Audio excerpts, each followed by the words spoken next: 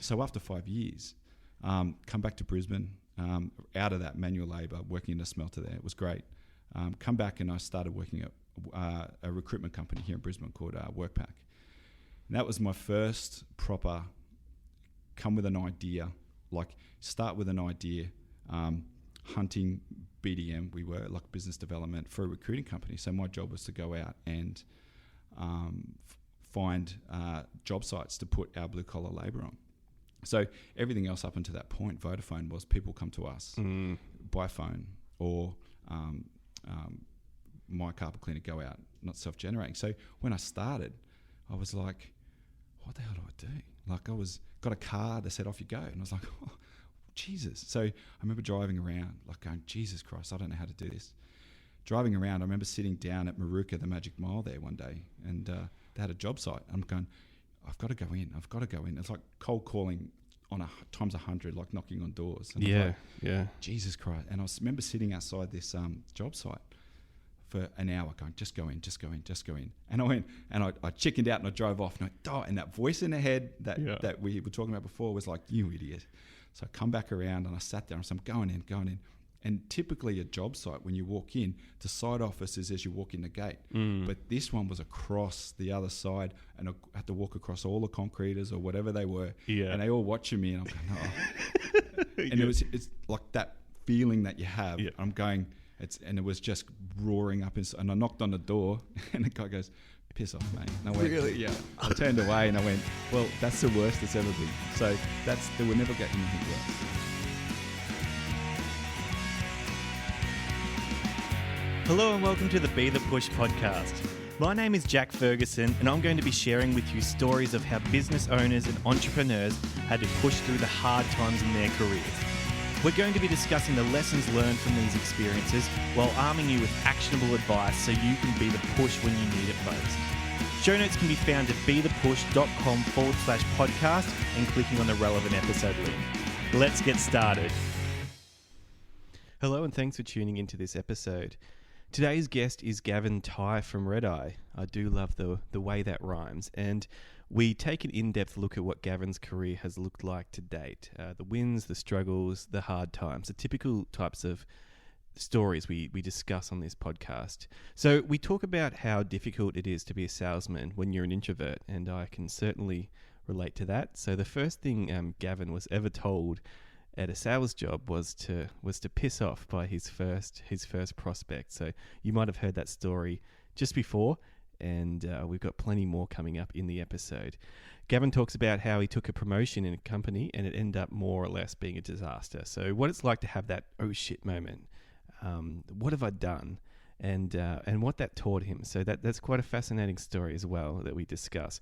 I even heard about a new type of selling, so B2E selling, business to enterprise, and we did discuss what that entails, how it's different from B2B, and B2B is difficult enough if you ask me, so B2E is a whole different kettle of fish.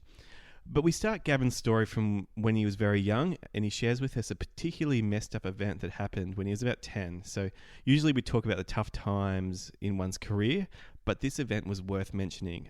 And I'm not going to tease you too much about it. I'm not going to tell you what it was because it comes up about 2 minutes into the interview. So let's get on with it. Here we go. Righto, so today we're here with Gavin Tye from Redeye. Gavin, how are you doing today? Yeah, great. Thanks for having me on. No worries. So you describe yourself as a problem solver, someone who thinks outside the box, but it's also interesting seeing here that it looks like you moved around quite a lot as a kid. So I reckon we might start the podcast there and just get an idea of where you grew up, where you moved around to. Yeah, so I did. When I was younger, we lived in Sydney for a while. My mum and dad separated, my natural father, then she got married to another man. So we moved around from Sydney to Brisbane to Rocky, then spent 4 years in America. Right. From about year 8. When I was about 8 and come back when I was 12. So I started junior high there, then come back in Australia and then started high school. And then that was in Sydney. So I lived there till I was 21. Broke my leg really bad. Then thought, where am I doing with my life? And it kind of ended up in Queensland. So right. Yeah. So definitely moved around. Not a bad place to end up though. Yeah. Well, I ended up in Bundaberg and come back here to Brisbane and been here ever since. So right, cool. Yeah.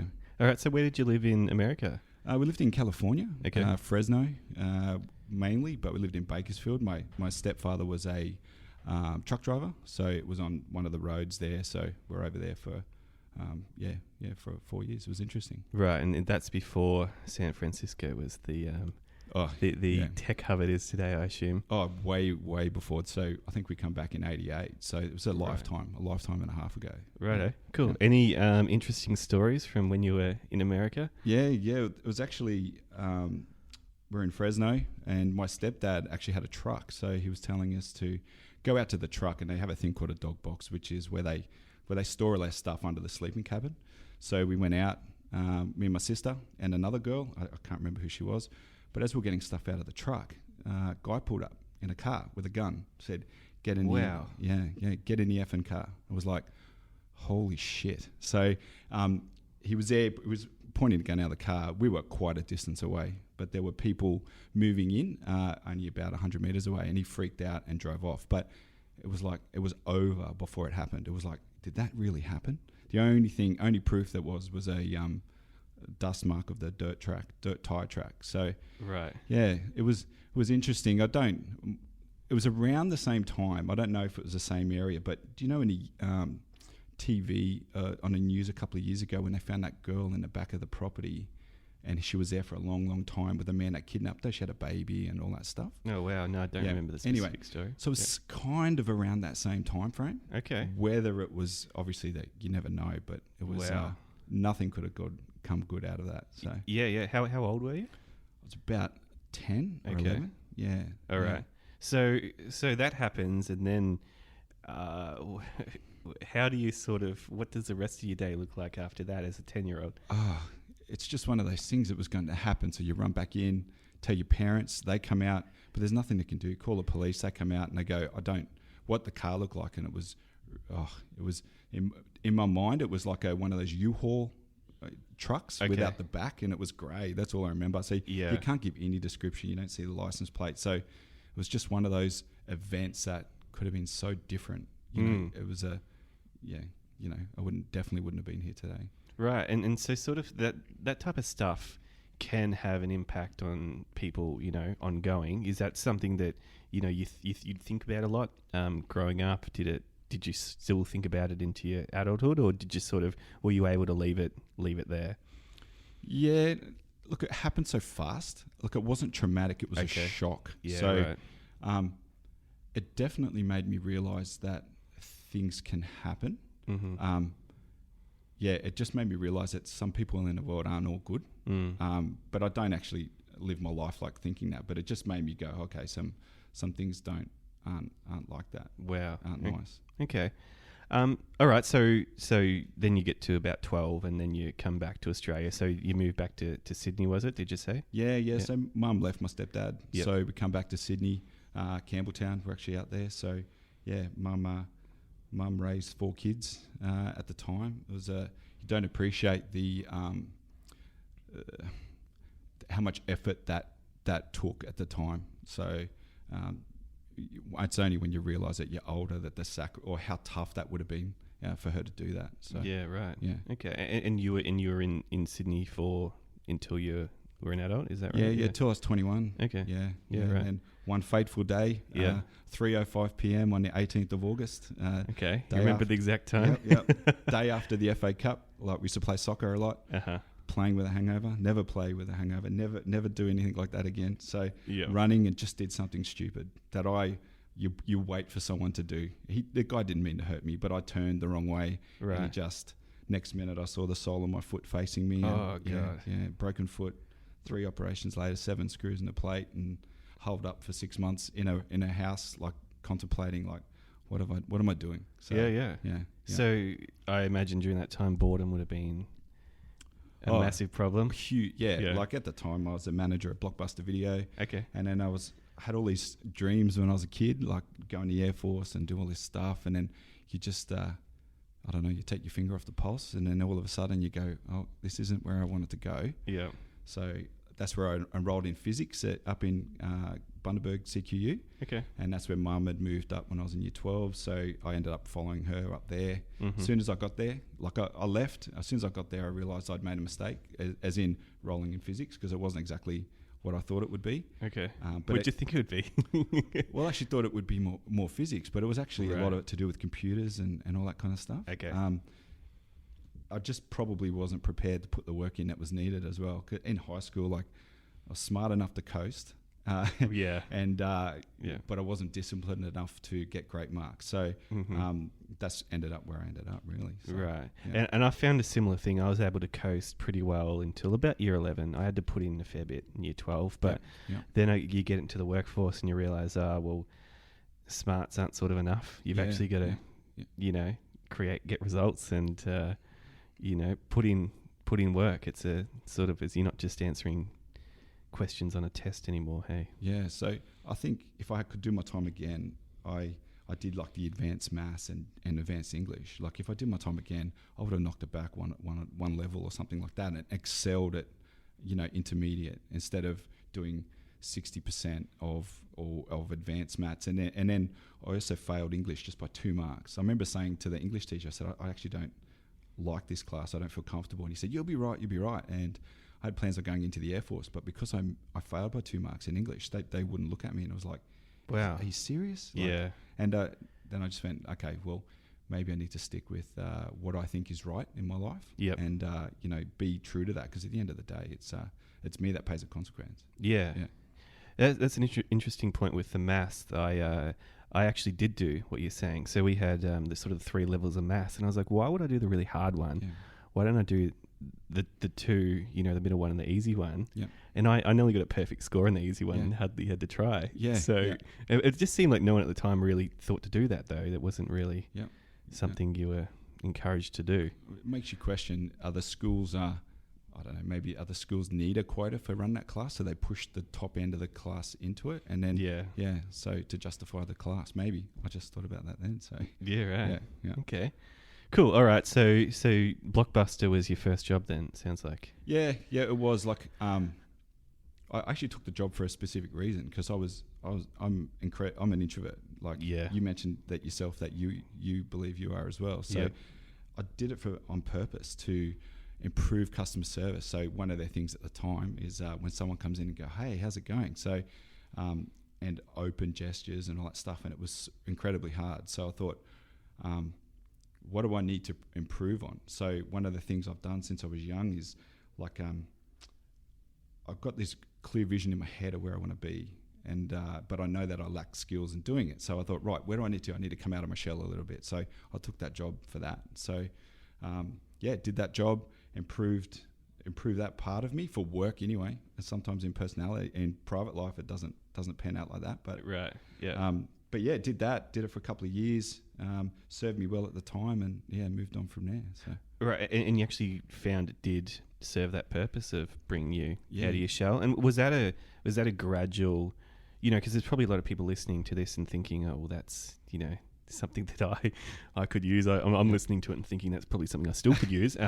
But was that did you find that as a gradual sort of improvement from as you said, being introverted to whatever happened at the end, or was it, did you have a moment where you saw a sharp sort of incline in? No, okay. It's not. It's still there today. Like there's no other.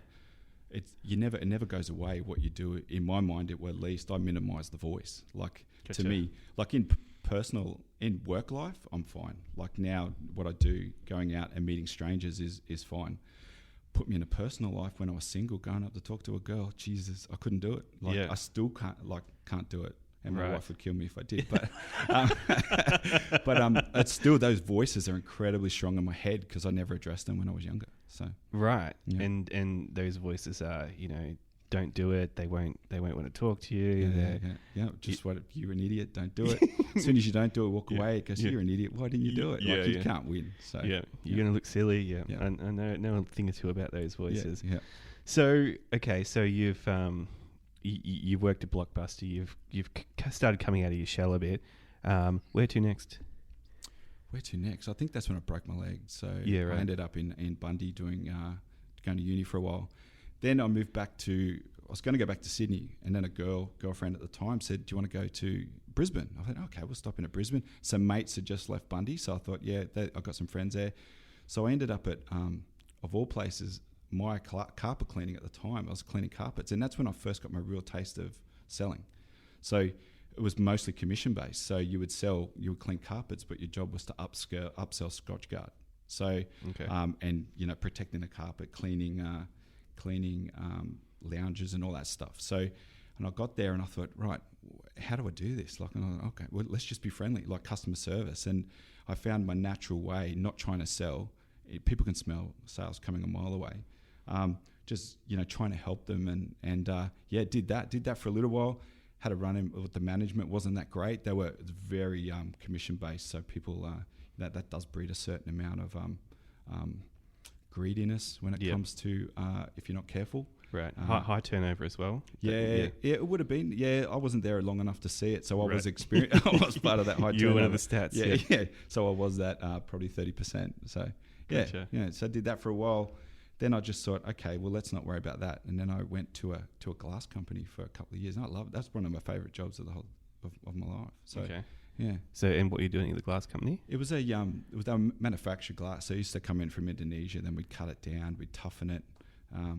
But I liked it for the fact that you had to be on the ball all the time, otherwise you'd cut yourself. So right, yeah, okay. Yeah, so it sort of taught you focus. Yeah, focus. Yeah, definitely focus. And you said people were getting cut left, right, and centre. Right. Yeah. So there was one guy I worked with, this Samoan guy, great guy, Rolando, if you're listening. But he was a DJ, so he would DJ at night and come to work during the day, and he was just so tired. One time he fell asleep standing up, hit the computer, but he was always cutting his hands, like, because he just wasn't paying attention. So, it's a really high incidence of safety, but that's just part of the job. But I had to be on the ball, and that's what I liked it, because I couldn't drift off. Right. Yeah. Okay. And I mean, I'm projecting a little bit here, but was this sort of almost a forced type of meditation, doing this focused work? Because I'm bringing it back to meditation for a second, but I've tried it. I mean, I'm sure you've heard about people say it's great, blah, blah, blah. I've never really got on top of it. Yep. But what I do find is when I play music, it has the same effect. I'm totally focused. I'm totally in the zone. And so for me, I don't bother trying to meditate anymore. I try and immerse myself in something that I can sort of switch off from the rest of the world with, I suppose. Did you find that at all with your? I think with when I was young, like I've had this thing in my mind that, like, I've just think outside the box, and like I know, when you hear stories of when we were young, there was conflict in the family, and mum and my stepdad, and I remember when I was young thinking this isn't right, but a voice in my head said, right, this isn't right, and then the other part of it said, right, how do we fix it? So it was like, how do we not let that affect you? What, and blah blah blah blah, because undoubtedly things impact you in ways that you don't understand when you're a child. Sometimes you know what they are, but we all have blind sides. So I've gone on that process, and I've gone, right, and it's just like a step by step. Like, I get to this point, and I knew that I didn't have focus. So when we were growing up, mum was battling the demons and looking after us as a family. So, but I was left to do things when I wanted, and so I'd lack focus, and I wouldn't do things. And when I did this job, I went, okay, well, this job's forcing me to focus a bit.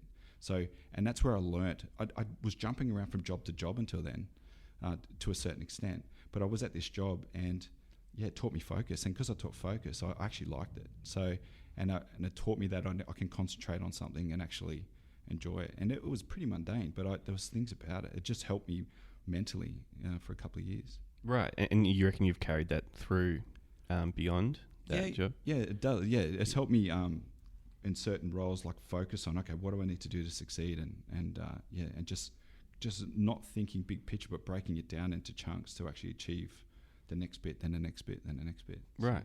Okay. Yeah. Cool. So and it's interesting here to see you've gone customer service, sales somewhat, and then manual labour. Yep. And what was after that? Vodafone. So learning sales. This is where I first got my first proper like they put me through a professional sales course. It was not Vodafone. They had a subsidiary called Digicall, which was geared at the younger market. So, selling mobile phones after the boom. So I missed out on that. Right. But it was interesting. I enjoyed it. Again, it's not selling to me. It's just helping people. If they, if they need it, they need it. If they don't, they don't. But yeah, I worked there for a couple of years in Brisbane. Then it was really interesting. I really learnt. They were third tier at the time. I think they're still third now. If not, there's other people in front of them. But against Optus and Telstra at the time, we were always up against the big guys, and that's helped me later on in life. You have to be better than everyone else. So, yeah.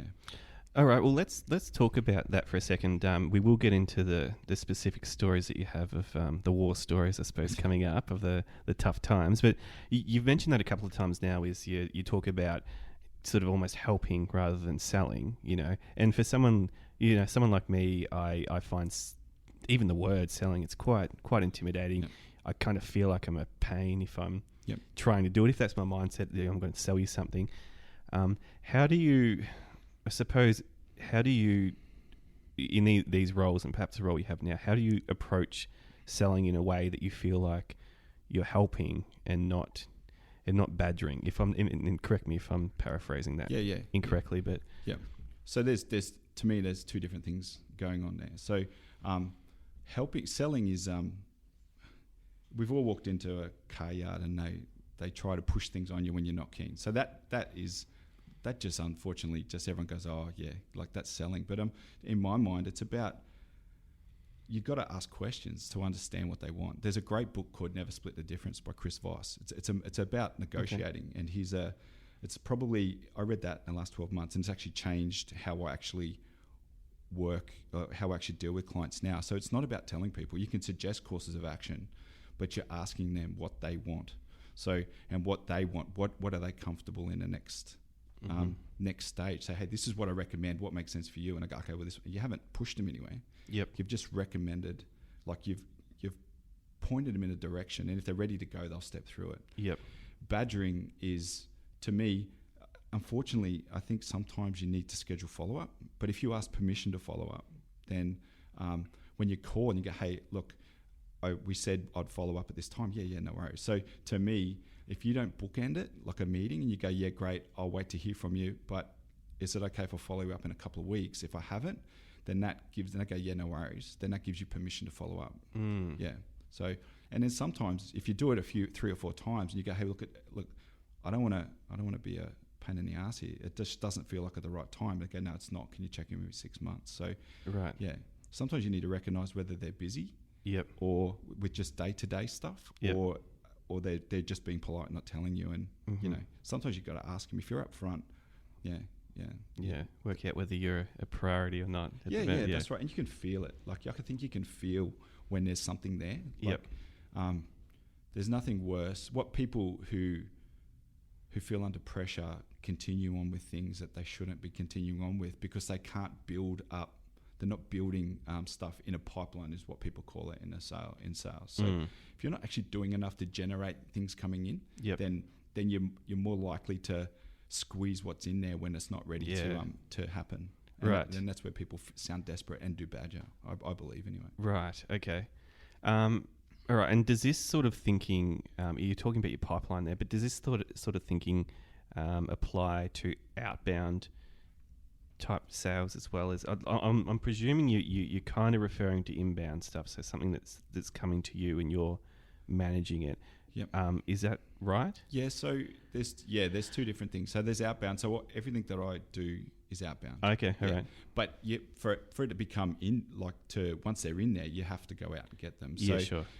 To what we do now, I think it's a lot to do with language and about how you actually approach people in the outbound sense. You see so many emails that come through and go, hey, blah blah blah blah, and you go, man, no, leave me alone. But if you just ask genuinely, and if it's in their mind, then they'll answer you back. Mm-hmm. I believe, no one cares about holiday ads until you actually start thinking about a holiday. Right. Yep. Yeah. And then when you think about a holiday, if you're there at that right time, or if you're there enough to be in their front of mind, then I think that's when you're more likely to have success. And that's why I actually think the sales environment's changed significantly in the last 5 years or so. Okay. Yeah. How so? I think people make a lot of their decision before they come to you. Like typically back when there wasn't internet, or the internet's been around longer than 5 years, but there's so much information out there now. Like people go out searching for information. They don't come to a sales guy to actually be sold. They already know. They just want to know how it applies to them. Right. I believe. So, and it's about getting out valuable content, like I believe, to actually not only sell but to help. So that's one of the reasons why we started the podcast. It's not even about what we do. It's about innovation and how organizations can approach innovation and, help them if they're thinking about going on that journey. It's got nothing to do with what we sell. It's about giving back to the community and back out there to the world. So, right. Yeah. Okay. And are you almost saying, so I'm assuming you're meaning like that stereotypical salesperson, just talks at you. Yep. This is great. They're talking up the features, this feature is also great. Are you kind of saying that's that type of approach, that really pushy type of approach, you think is on the way out? I don't think it's on the way out. Okay. I think it'll always be there. Because I don't think they understand. Those type of people, I don't think understand why people are there in the first place. Like, They don't care, do they? Well, yeah, I think probably a bit of that. But like, if you think in my mind, why do people go to Harvey Norman or something to buy TV? Like, they want to increase the value of something or get value. If you understand that, and if you understand that and understand what they're trying to achieve, then if you can help them accomplish that, like what's their personal win, then you will go a long way in helping them achieve that. And getting a sales secondary, that's the outcome. It's helping them achieve that personal win. And I'll give you an example of that. So, selling, but I've only just picked up on that in the last, let's say, 12 or 18 months since being at Red Eye. So an example of that is, the Knock of Cash on Channel 9? I've heard of it, yeah. So they have the Knock of Cash. So I've watched it enough to know what they look for and what the people are trying to read. And so my mum has done a tremendous amount for my two foster brothers, Warren and Wayne, who are mentally impaired, and she does all this selfless work. So they said, okay, we're looking for entrants. So I said, okay, well, what do they want to read, and what do they want to show on television? So I wrote to them in that and set it out. And then I knew as soon as someone read it, they would call. Anyway, I did that back in June or something like that last year.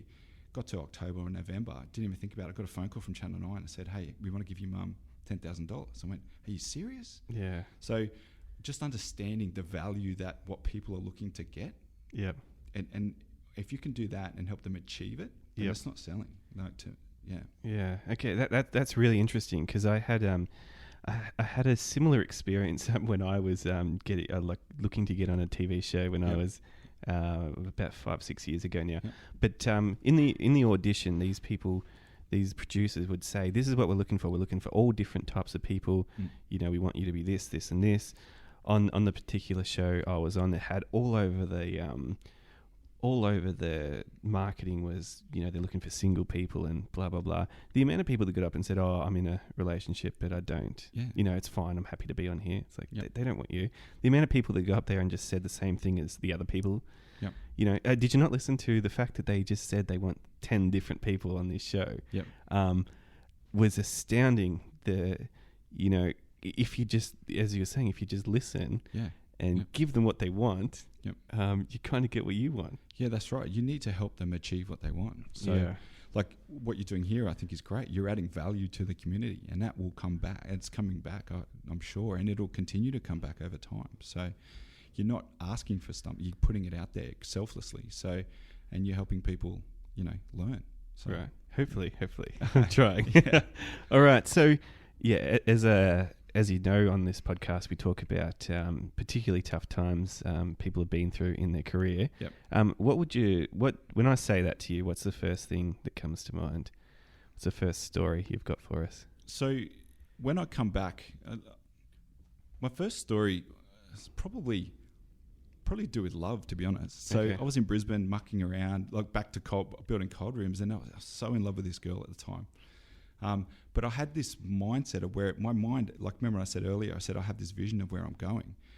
This girl, she looked at me one day when I was about just on 30, and she went, "No," I could see in her eyes. She said, "That's not who you are." And I was like, "Shit!"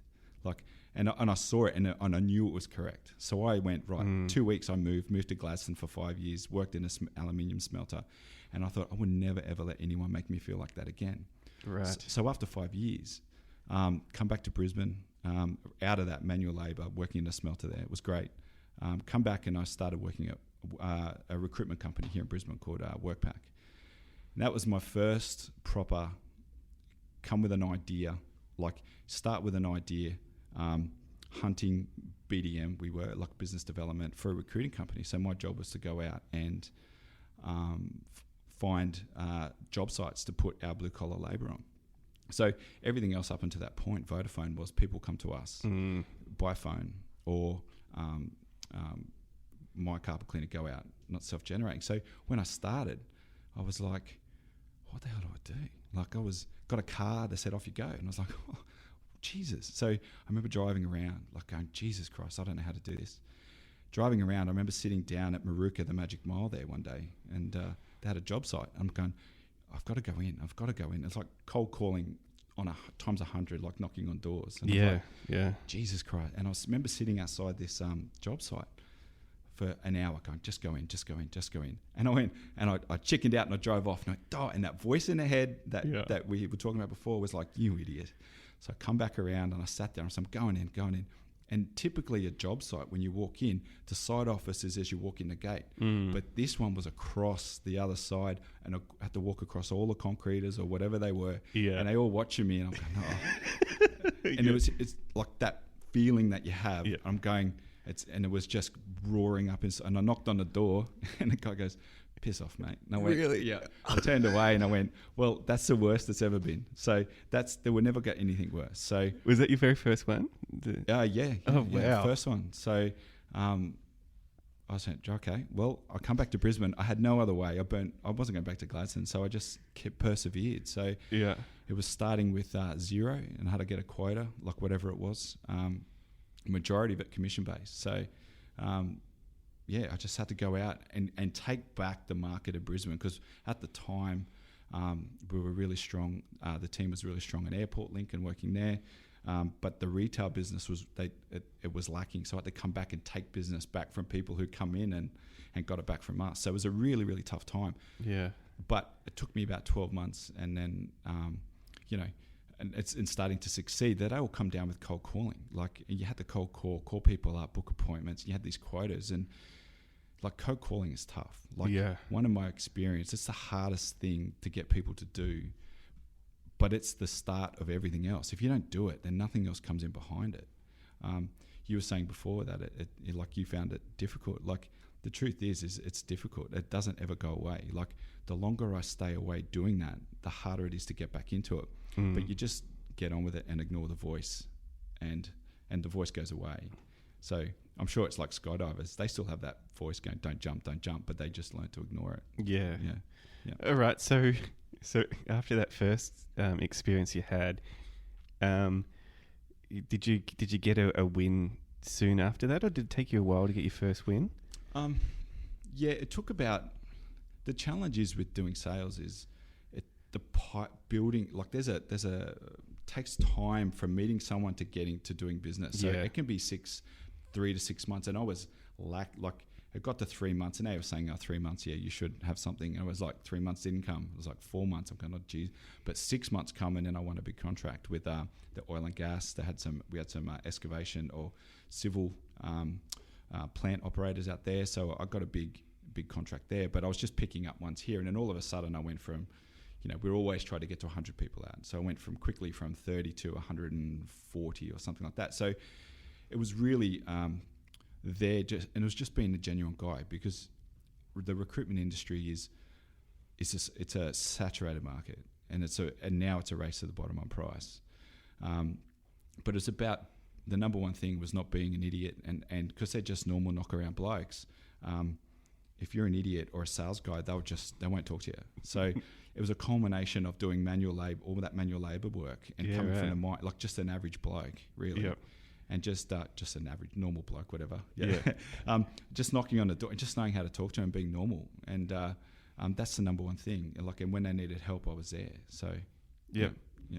Okay, so would you approach these first meetings, you were just sort of saying, look, I'm just letting you know who I am, not here to sell you anything today, but this is just me saying hi. Is that how you'd approach it? Yeah, look, if you think about in sales, say, like, this is how I approach it. So if you think of someone like you've never meeting someone before to having a sale, let's break it all up into steps in between. Like it could be 100 steps. So the first, like you have to have an outcome of the first meeting. My outcome of the first meeting was get permission to call on them again. Yeah, right. Right? And I made a thing, I'm never going to try and sell them anything until 3 times. Yeah. Or not even sell them or not even bring it up. So my number one thing is let them become familiar with me. They're not going to buy if they don't know you and they don't like you. So I'd go, right, mate, can I call you in a month? Yep. Or if I'm driving past, yep, no worries. So I'd go, yep, get that. If you can't get that permission or that they see you calling and they won't take your call, then you're not going to work. So as soon as people go in and go, I've seen it before. They go in, hey, and I go, no, not reject. They won't even take your call. So that you can't. It's like golf. You can't win it on the first hole, but you can definitely lose it. So I used to break it down into like those steps, like get a call. Go back again, go back again. And someone once referred to it as like dating, like, finding a girlfriend or, when you first meet someone, if you go too fast and you touch them before you're not welcome to, then it will ruin everything. You'll give off a wrong vibe. So, meeting someone. Creepy. Yeah, that's right. So, and if you go in and like, I can't remember the exact steps, but you meet a girl, you go within into their personal space, then you might brush their hand. And you brush their hand, they didn't reject it, so you touch their hand. But if you skip one of those steps and you do something like you could be in trouble by the police, or you could really ruin the relationship. And it's the same with sales. All right. So the voices in my head at the moment are saying, okay, all right, if I'm going to meet these people though, what do I talk about then on that first meeting or something? Because I'm saying, and that's one thing I really struggle with is, I get it. I get the long game in that, but what do I have to offer in that first meeting? What do I have to say? Well, to me, it's about learning if there's any common values, like understanding what's their business and what their challenges are. Like,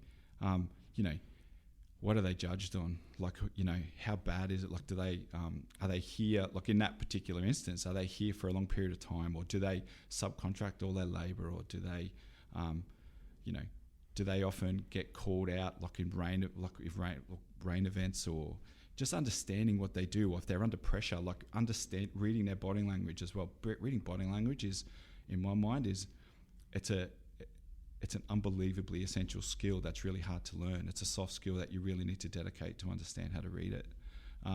To know if they may not be vocal about if you're saying something uncomfortable or if they're not welcome, if they're not open to you and you can pick up on it, you know that you need to either change your tact or that. So to me is understanding, trying to get read what's going on, and finding out if they've got a real pain, or back then it was understanding if they had ever had any problems with the people who were before me, and trying to iron out dramas if there were. So but there's no point in going, hey, how's it going, and not talking about anything business related. Yeah, of course. To me, understanding if there's a potential fit, or if there's alignment is something that I think is a good first step. Right. So what would you actually say though? Like I get the concept, but if I walk in and I meet you, you're at let's use this example that you're on a job site. Hey Gavin, hey, I'm Jack. I just want to introduce myself today and just get a read on what your what your business is doing. Like, how do you know what I mean? Like that very first thing. How can you? What can you say? Like, I don't know. I guess that's where the art comes in. I actually, when people say that, like, I actually don't know. Probably a good thing, hey? Well, it's all different. Like, I try to find something. The first thing to do is try to find something to talk about. I know I know that you mentioned in your podcast that when you were interviewed, you were talking about talking points. Like, right, yeah. To me, I'd try to find something common, try to find a common ground, or it's calling up. I typically try not to do it out of the blue, but I'd call up, and I learnt this from a guy that I work with. He'd come out and go, "Can I come out and shake your hand?" And that's such a non-threatening, good bloke, shake hands. So you go, "Yeah, mate, no worries." So go out there, start and get, look, how's things? What are you doing here? Or like in your case, saying, like, what's your business? What are your challenges? Or you're not asking, you're not selling anything, because they know it's business related. So you have to find out certain things about it. But you do need to build rapport first. Yeah. Yeah. Okay. So, and I'm almost getting the vibe that the cold call isn't entirely cold. Yeah. You have you are trying to work out a little bit about them prior, if possible. Yeah, well, to me, a cold call is different. Not different. When I was in Bundaberg, I did a job selling welding rods to farmers, and it was horrendous. That was a cold call. Right. Hey, mate, how's it going? What do you do with your welding rods? Do you want to buy some? Like, to me, is like, no way. Like, that's low percentage. Yeah. It's an introductory call, like a cold call where they don't know you're coming or don't know who you are. Say, mate, I'm just here to introduce myself. Yeah. Just want to tell you who I am, tell you what we do. If you've got some time, I'd love to come and shake your hand and learn more about what you do, really. Got it. If it doesn't fit what you're looking for, no worries. Can I call you in 6 months or something like that? Yeah. Right. Yeah. All right. Well, now I want to hear about how the cold calling in Bundaberg went. What type of percentages are we looking at? Mate, I don't think I sold a thing, to be honest. Really? Yeah. It was terrible. I didn't know about what I was doing. Okay. And they used to give us lists of farmers, or I think they were farmers, and it was mate, I don't think I sold anything. I was terrible at it. Wow. Completely horrendous. Right.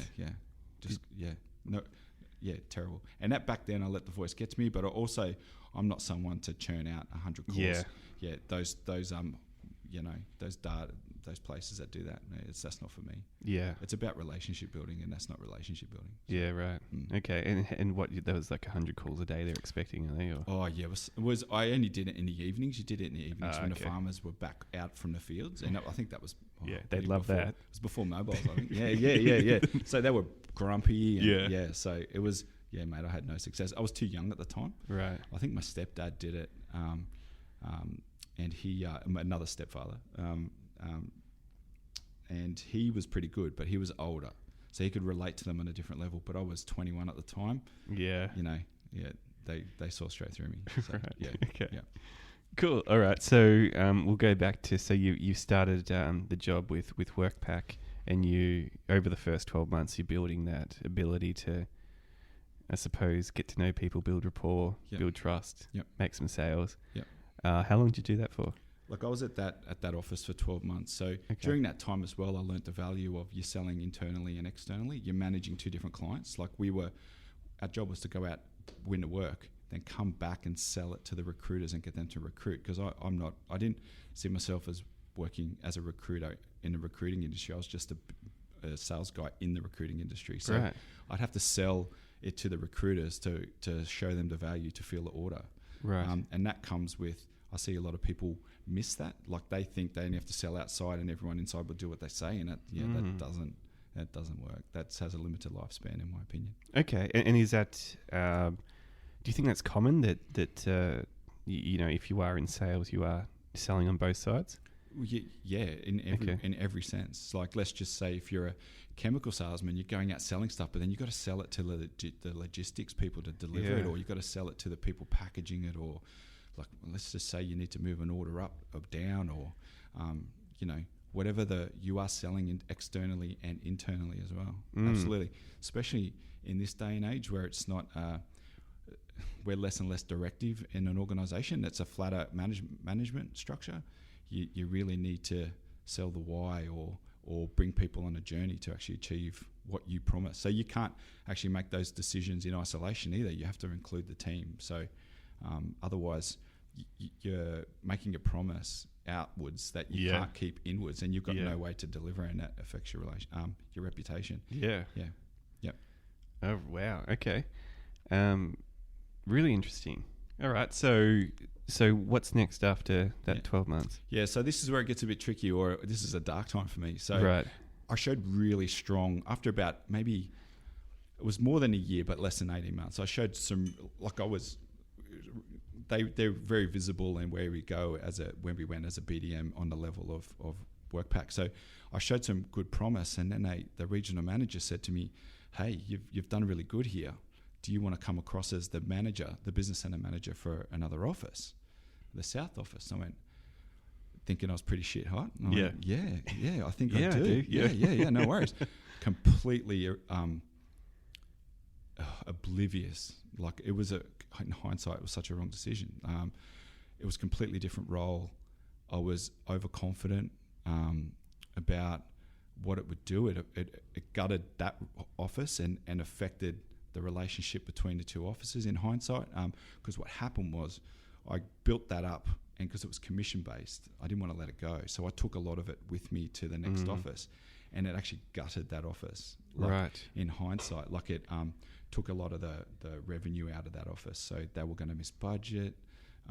It affected the relationship between us and them, and understandably, when everything's like that, like I was not even skilled enough as a BDM, and then they wanted me to go and run an office and recruiters, and I didn't even know how to do that. Like, but you know, I said yes, and the powers that be. So one of the things I learned there is, and my wife actually said it on her role, sometimes you can take a great site manager out, put him in as a PM, you've got a shit PM, and then you have no site manager. You've affected two roles. So that's what happened. Like, I should have stayed there.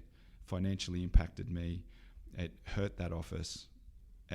Coming across to another office that was previously competition, the relationships weren't strong, and it ended up it caused a lot of stress. So for everyone. But you know, it was, in hindsight, it was a really tough situation. But in hindsight, it was one of the best, probably one of the best things to happen, because you know, I try to always learn in the worst cases. I learn the best lessons I have. So, right. And how long into this role has the penny dropped and you said, shit? About probably. Oh no, I was ignorant for a while. Okay. yeah. Because I was there, I was still doing some success, and then we had another change of management structure and boundaries changed, and then I realised that it wasn't going well after a while, but it was I was struggling for getting sales, and it was just one of those times. And then what happened was they said, right, we're going to put you back to a BDM in this office, and then my sales shot up, and they went, oh yeah, great work, we did a good job. And I said, no, that's from 6 months before. Like, that's got nothing to do with you. But it was the right decision. I just wasn't, my heart wasn't in the recruiting industry, because I just don't see me being a recruiter. And you need a recruiter to run the office to understand both sides of. Gotcha. Yeah. So, but there's some good things come out of there. I met my wife there. So yep. Yeah. And, it was a really, really, it was a great experience. So. Okay. Yeah. And what would you, if another opportunity like that was to come up again, what would you do differently? What are some of the things you'd look at now with that experience at your disposal to perhaps make a better decision about something like that? Yeah, I've actually directly applied those decisions at Red Eye, like the lessons learned. Yeah. By just making sure I master my own self first, and you need to be an expert in what you're doing first, and not an expert, because I'm not an expert, sorry, but you need to be pretty confident in what you're doing. I didn't actually build relationships within the team to allow me to make mistakes, probably. That's probably the right, maybe the right term, or I just didn't take the time. If you're stressed, you don't make you don't make proper decisions. And I was doing two things. I was trying to build sales, but trying to build the recruiting side, and I didn't have the skill in one area. So I was like, in hindsight, I don't think you should walk into a job where you have no idea what you're talking about. Like, right. Yeah, that's the main thing. Okay. Yeah. And when you're talking there about how you didn't build the relationships internally to allow you to make mistakes, what did you do to cause that? Because I'm just trying to get my head around exactly. So have you come in sort of with a lot of bravado and stuff, and then people are ready to cut you down, or how did that happen? I think a part of it, I've thought about this recently. I think part of it was to do with we were competition officers, so to be competition against another office, and then they're going, not thinking, they're potentially taking business away from us or whatever, then switching, then you don't have that rapport as strong as what you probably should have. Right. Yeah, you're essentially switching sides halfway through a game. Right. Yeah. Even it's the same company. Yeah. Well, they're all. It's because it's commission based. Yeah. And that can breed greed in some instances. Yeah. Yeah. Especially if you find people are stepping on each other's toes in certain areas, and if that's not done right, commission's not done right, it will breed greed. And animosity with people. So, right. I just look. To be honest, I was just completely, I was completely inexperienced to do the role. Like it was only 12 months before, or 18 months before, I was working in an aluminium smelter, driving cranes. So, yeah. Cool.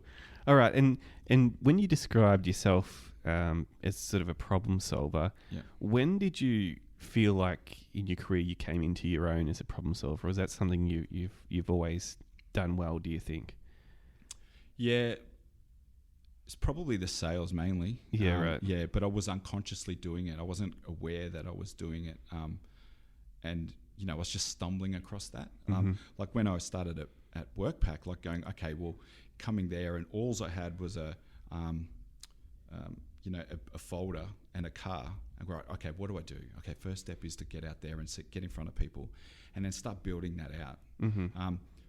When I got to the business center manager, it was probably different because I was stressed and I wasn't actually thinking. Probably wasn't actually stress. It definitely affects me. It doesn't make me make logical decisions. Yeah. It gets worse and worse and worse. And it definitely, yeah. So, I suppose just to clarify, that's why I brought that up now, is because I was assuming you've taken a lot from that role. Yeah. And kind of. Yeah. Yeah. So in hindsight, it's on hindsight that I learn those lessons. I don't learn them at the time. Right. So, but I've applied problem solving into my whole life, the whole time. Like I remember back to that girl that I was saying that I loved when I first fell in love. I remember we used to fight, but when I was just, we wouldn't get on. We'd be up and down. And when Mum moved to Queensland when I was in high school, I lived with this family and the Kelloways. They were the probably some of the most influential people in their life. They had such a great relationship, and they're my second family. So I remember calling her going, how do I get from here to there? And she said, I can't tell you. You got to figure it out. So I thought, okay. So, I just put in, just do things at a time. Right, this is what I need to work on in hindsight, and just address it, put that into practice, and then keep going forward. And I do that in my personal life more than I do in my work life. But now my personal work life are the same now. So there's no, one are the same. So, it's worked for me with my life now with my wife, and it's definitely always reflecting back in hindsight and learning lessons. It definitely, when I left WorkPack, I was like, I went back to the BDM role. I was like, okay, well, why didn't that work? And taking a good, hard, honest look at who I am. So, and I don't pull punches on myself. I'm pretty honest. Where I am. Yeah. And then the time was right for me to move on from there. And I said, okay, well, let's never make that mistake again of stepping into something before I'm ready, especially in a management role where more than just you or me is affected. Yeah, sure. Yeah. Okay. And what do you mean when you say your personal and work life are one and the same now?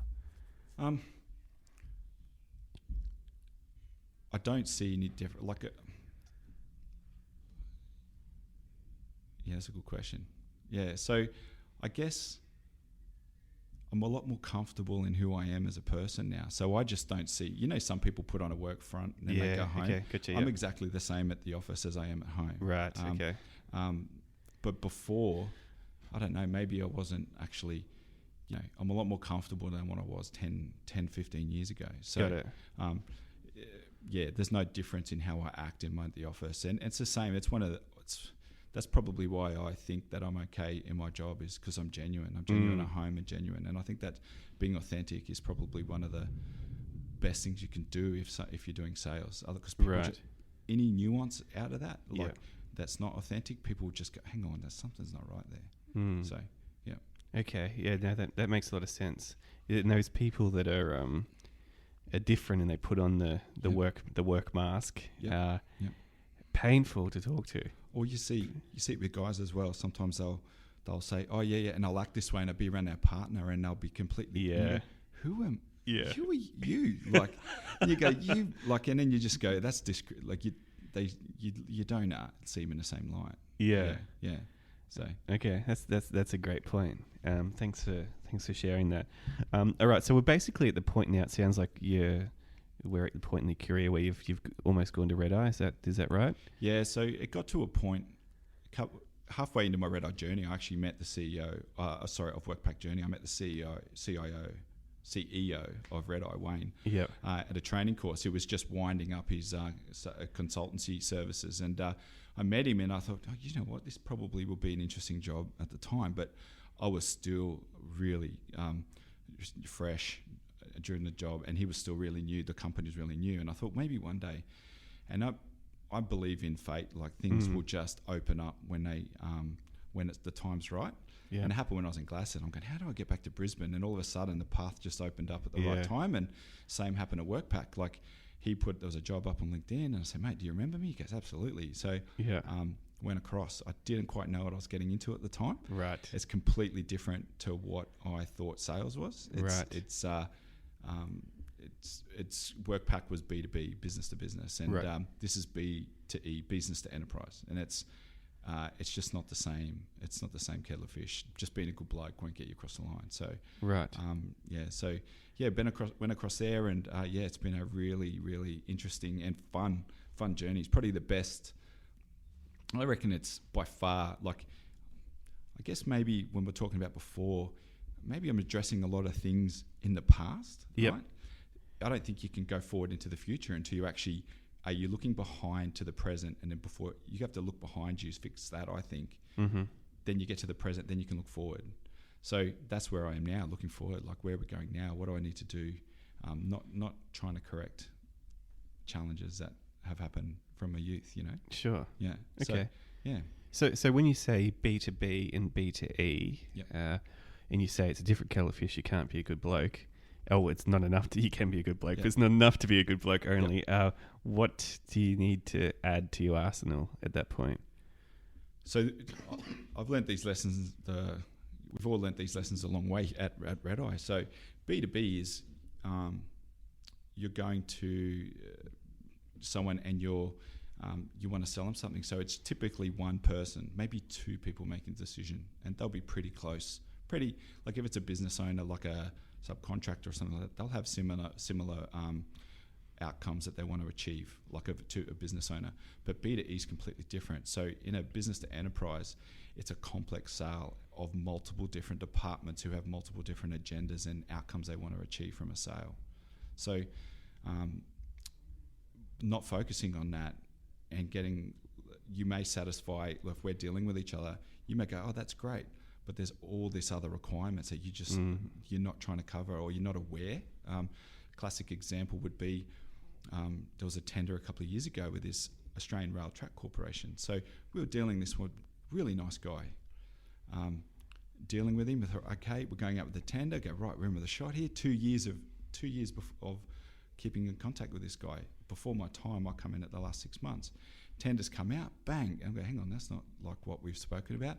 A completely different area of the company had put the tender out, and we were way off. Wow. It wasn't even meant for us. Like it was, we didn't even make it past the first round. They said no, and it was like, okay, well, we made a mistake there, didn't we? So we thought we had a really strong relationship, but he ended up not being the decision maker, and it was a whole different division, a projects division, and it makes sense. They were building inland rail tracks, so they needed a different type of software to what we do. So yeah, that was eye-opening, and you don't the pain of that. So we invested a lot of time in that response, and then to go, hang on, we were way off. Right. And this is where the problem solving comes in and goes, okay, well, what did we do there? Like lessons learned. We do lessons learned to make sure we don't repeat the same mistake twice, and eventually get to the end and you've made 80% of the mistakes. So So it's one of the things.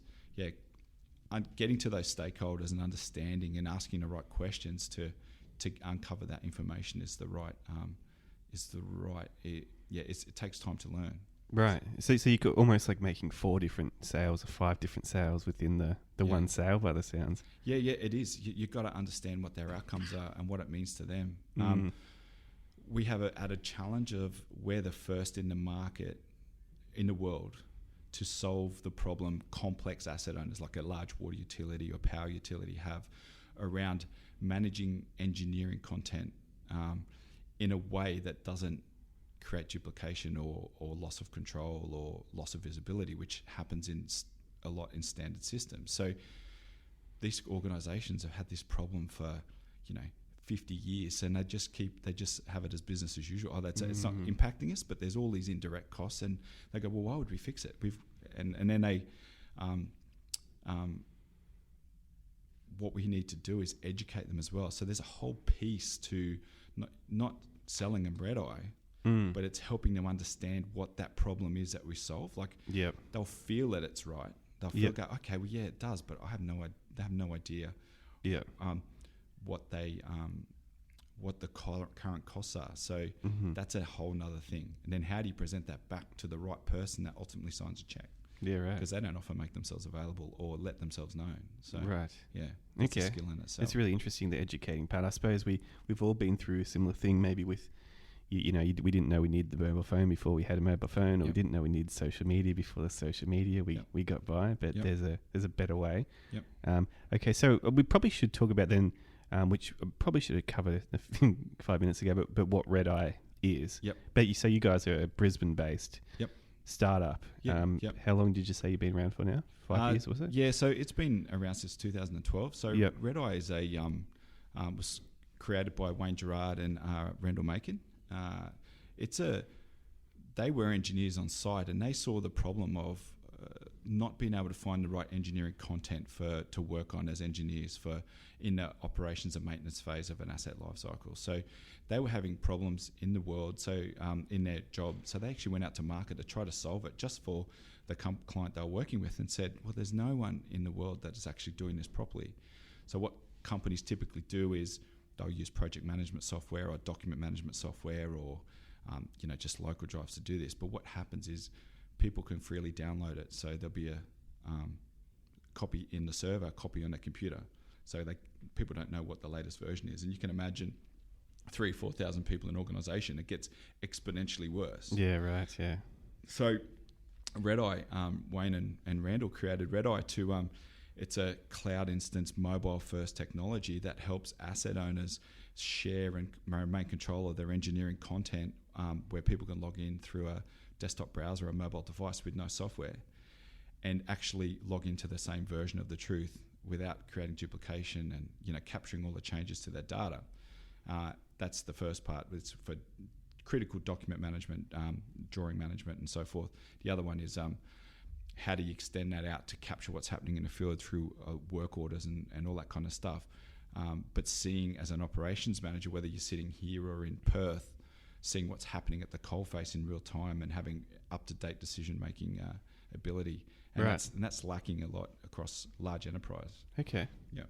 So, and that, because we're cloud, and companies are still, who we deal with are really conservative. So conservative, it's taken them a long time to understand or understand the impacts and be comfortable transitioning that critical data into the cloud as well. Mm-hmm. Yeah. Okay, so all right, I'd like to just relate this back to when you were talking about before with that first kind of good bloke introduction you used to do. Yep. So because people might listening might want to start a company around they're selling to enterprise, or they might be just starting a role where they do that. Yep. What is your first move when you're selling to enterprise instead of to a business? So I think you have to understand a person that you're targeting. So as an enterprise, we'll use who we like. For instance, you can't blanket try to meet everyone in our organisation. You'll have to start in a few key areas. So it's either an engineering manager or an asset manager who's responsible for the assets, or it's an asset information manager. So you have to understand the pain of what's going on to them and relate the pain back. So because we're a relatively new product compared to the big behemoths of software companies out there, they don't typically know who we are.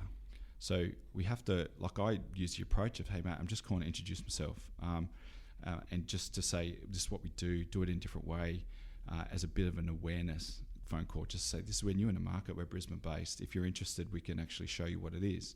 Just run an awareness session so you know what's in the market. Like, to me, that's not confrontational.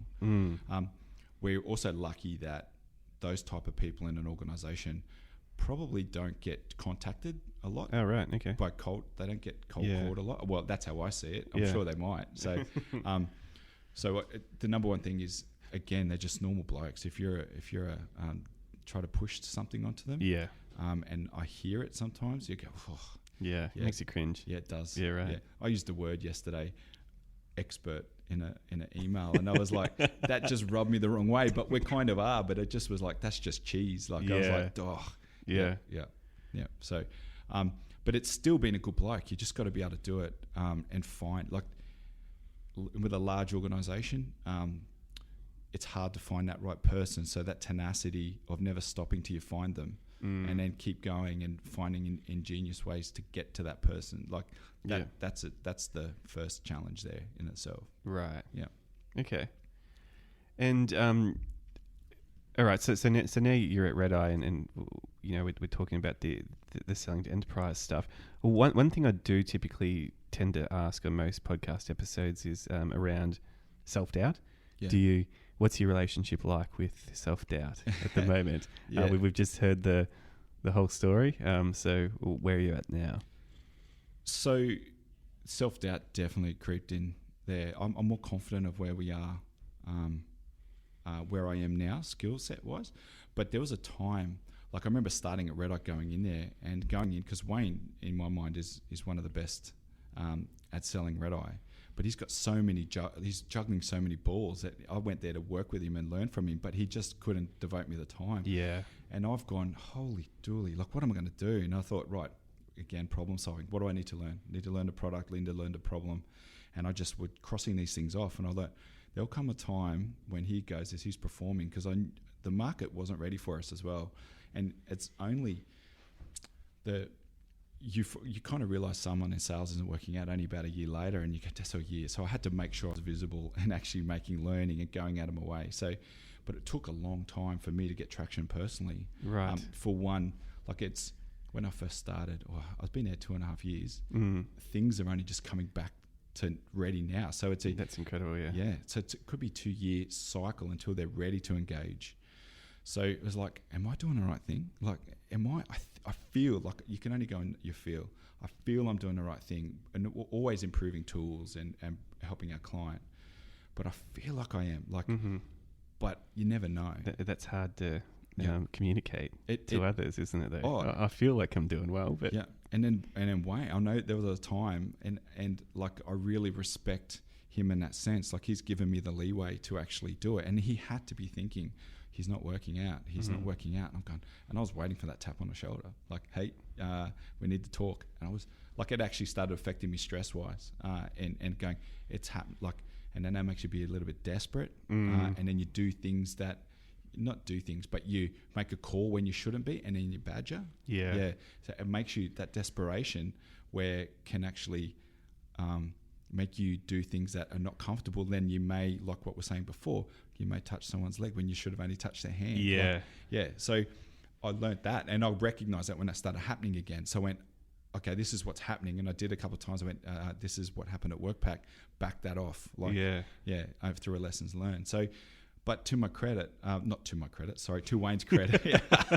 Yeah. Full of confidence. I'm happy to give you the kudos. So. No, but to Wayne's credit, he stuck with me, and it started to pay dividends now. And a couple of wins really cement home that you are on the right track. And I'm nowhere near. I'm about 10% of where I want to be. Right. But I'm on the right track of where I want to be. So. And I assume these are the longest sales cycles you've.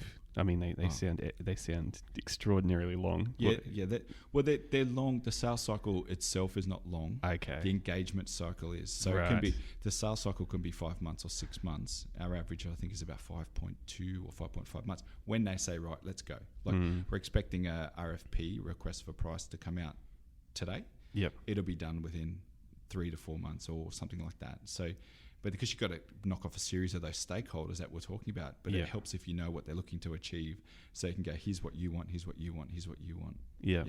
But going from meet to signing on the dotted line can be years by the sounds. Yeah, that's right. Wow. Yeah, it can be. So, and because we don't have the reputation and we're building that, when I first started, we had no case studies. We had, I don't know what it was, 5 clients. Right. But they're big enterprise clients. Snowy Hydro, Lady Sellin Hospital, Queensland Urban Utilities.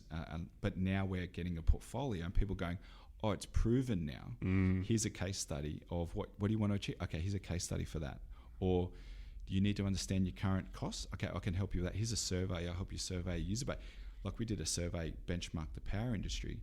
And so I say, okay, we can help you. Like, here's a survey that we've done of a similar sized power company. Across 274 people, they are wasting over $100,000 a week in just searching for information. Wow. Not working off the wrong information, which is another completely different metric. Yeah. So now we've got all that, but we started with 0. So to me, I was like, okay, what tool do we need? Build it. So when the time came, I go, wait, this is what I've done. Please don't fire me. So cool. And that's where I think the problem solving is, to me now, is one of the same. Like I'm applying the same, and I'm aware of what I do.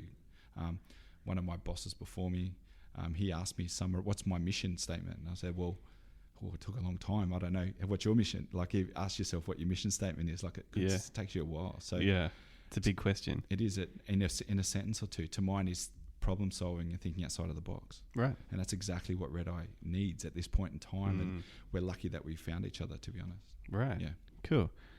All right. Well, we might have to wrap it up there, Gavin. Yep. Thanks very much for coming along to chat to us today. Yep. Where's some places we can find out more about you and more about what you're doing, perhaps with your Innovation at Work podcast? And Red Eye as well, I suppose. Yeah, so look, I can be found at Gavin@redeye.co, email address. I have a podcast about innovation and the broad topic of innovation, so personal innovation, how organisations are approaching innovation, how companies can develop. That's called Innovation at Work. It's also on our website at redeye.co/podcast. That can be found there. So it's cool. It's about giving back. So what I'm trying to do there is just give back to, not sell. I think by giving back, things will come back in spades. And, I'm sure you're seeing that for yourself. Yeah. And you've got quite an interesting podcast. I listened to a few episodes. So, so awesome work there. Thanks very much for being with us today. I'll put all that in the show notes. Yep. We really appreciate your time, Gavin. Thank you. Great. Thanks for having me. I look forward to having you on mine as well. Sounds good. Yeah. Cheers.